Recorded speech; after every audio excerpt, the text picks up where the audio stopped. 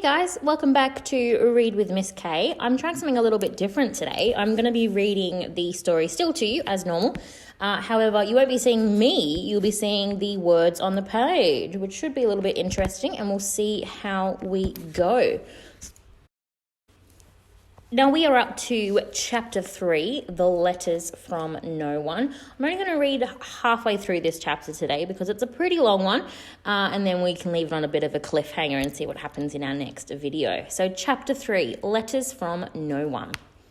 The escape of the Brazilian boa constrictor earned Harry his longest ever punishment.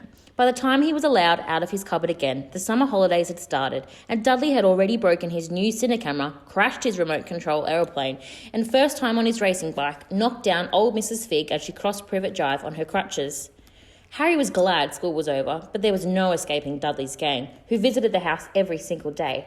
Pierce, Dennis, Malcolm and Gordon were all big and stupid, but as Dudley was the biggest and stupidest of the lot, he was the leader.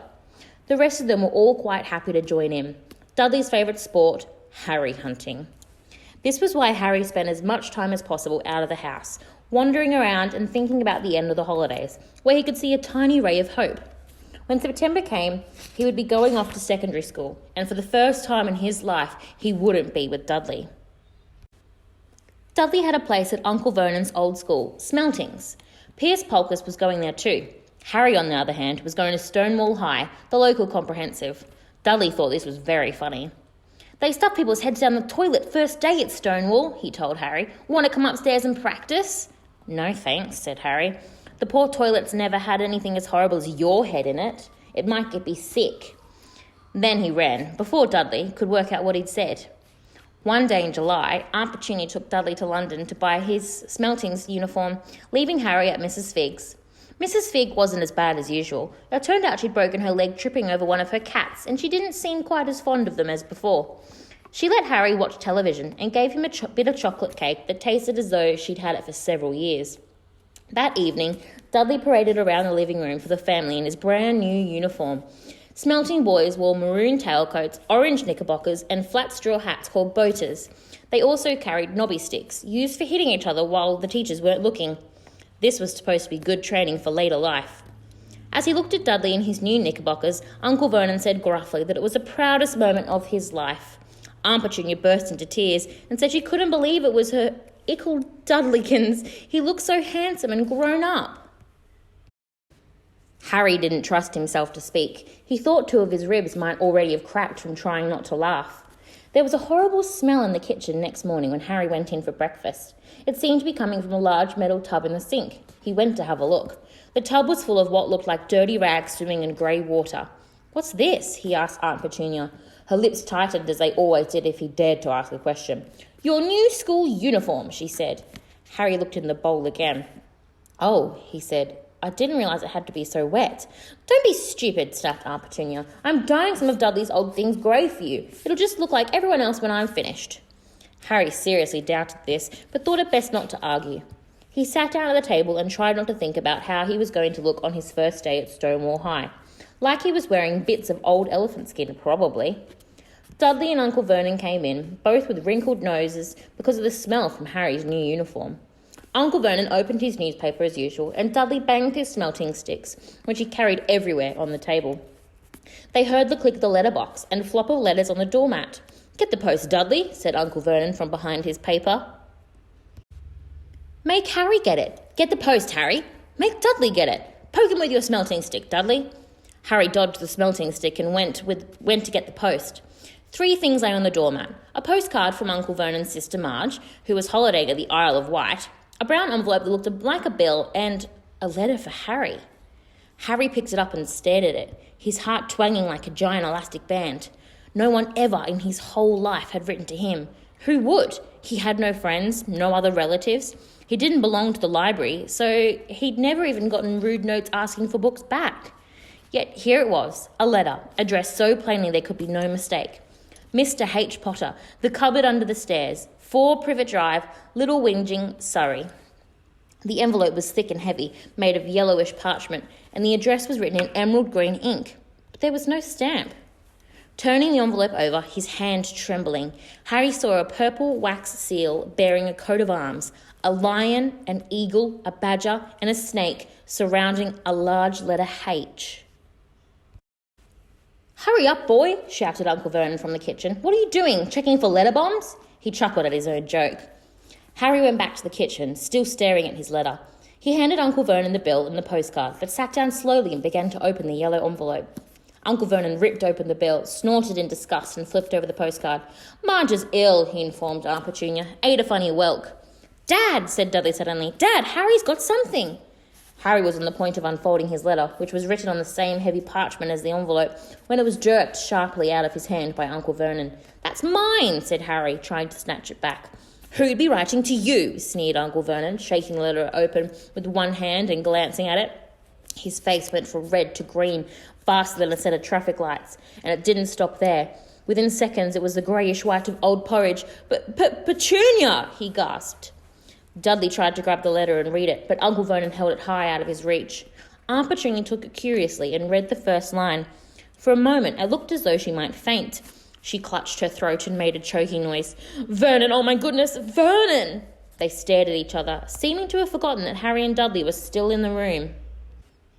Dudley wasn't used to being ignored. He gave his father a sharp tap on the head with the smelting stick. "I want to read that letter," he said loudly. "I want to read it," said Harry furiously. "As it's mine?" "Get out, both of you," croaked Uncle Vernon, stuffing the letter back inside its envelope. Harry didn't move. "I want my letter," he shouted. "Let me see it," demanded Dudley. "Out," roared Uncle Vernon, and he took both Harry and Dudley by the scruffs of their necks and threw them into the hall, slamming the kitchen door behind them. Harry and Dudley promptly had a furious but silent fight over who would listen at the keyhole. Dudley won, so Harry, his glasses dangling from one ear, lay flat on his stomach to listen at the crack between the door and floor. "Vernon," Aunt Petunia was saying in a quivering voice, "look at the address. How could they possibly know where he sleeps? You don't think they're watching the house?" "Watching, spying, might be following us," muttered Uncle Vernon wildly. "But what should we do, Vernon? Should we write back? Tell them we don't want—" Harry could see Uncle Vernon's shiny black shoes pacing up and down the kitchen. "No," he said finally. "But no, we'll ignore it. If they don't get an answer, yes, that's best. We won't do anything. But I'm not having one in the house, Petunia. Didn't we swear when we took him in we'd stamp out that dangerous nonsense?" That evening, when he got back from work, Uncle Vernon did something he'd never done before. He visited Harry in his cupboard. "Where's my letter?" said Harry, the moment Uncle Vernon had squeezed through the door. "Who's writing to me?" "No one. It was addressed to you by mistake," said Uncle Vernon shortly. "I've burned it." "It was not a mistake," said Harry angrily. "It had my cupboard on it." "Silence!" yelled Uncle Vernon, and a couple of spiders fell from the ceiling. He took a few deep breaths and then forced his face into a smile, which looked quite painful. Yes, Harry, about this cupboard. Your aunt and I have been thinking. You're really getting a bit big for it. We think it might be nice if you moved into Dudley's second bedroom." "Why?" said Harry. "Don't ask questions," snapped his uncle. "Take the stuff upstairs, now." The Dursleys' house had 4 bedrooms, one for Uncle Vernon and Aunt Petunia, one for visitors, usually Uncle Vernon's sister Marge, one where Dudley slept, and one where Dudley kept all his toys and things that wouldn't fit into his first bedroom. It only took Harry one trip upstairs to move everything he owned from the cupboard to his room. He sat down on the bed and stared around him. Nearly everything in here was broken. The month-old Cinecamera was lying on top of a small working tank Dudley had once driven over next door's dog. In the corner was Dudley's first ever television set, which he'd put his foot through when his favourite program had been cancelled.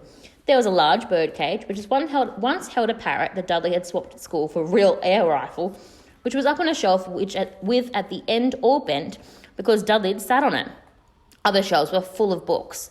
They were the only things in the room that looked as though they'd never been touched. From downstairs came the sound of Dudley bawling at his mother. "I don't want him in there. I need that room. Make him get out."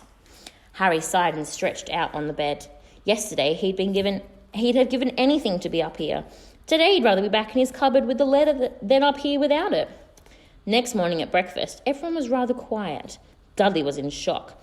He'd screamed, whacked his father with his melting sticks, been sick on purpose, kicked his mother and thrown his tortoise through the greenhouse roof, and he still didn't have his room back. Harry was thinking about this time yesterday and bitterly wishing he'd opened the letter in the hall. Uncle Vernon and Aunt Petunia kept looking at each other darkly. When the post arrived, Uncle Vernon, who seemed to be trying to be nice to Harry, made Dudley go and get it. They heard him banging things with the smelting sticks all the way down the hall. Then he shouted, "There's another one! Mr. H. Potter, the smallest bedroom, 4 Privet Drive." With a strangled cry, Uncle Vernon leapt from his seat and ran down the hall, Harry right behind him. Uncle Vernon had to wrestle Dudley to the ground to get the letter from him, which was made difficult by the fact that Harry had grabbed Uncle Vernon around the neck from behind. After a minute of confused fighting, in which everyone got hit with a smelting stick, Uncle Vernon straightened up, gasping for breath, with Harry's letter clutched in his hand. "Go to your cupboard. Your bedroom," he wheezed at Harry. "Dudley, go. Just go." Harry walked around and round in his new room. Someone knew he had moved out of his cupboard, and they seemed to know he hadn't received his first letter. Surely that meant they'd try again, and this time he'd make sure they didn't fail. He had a plan.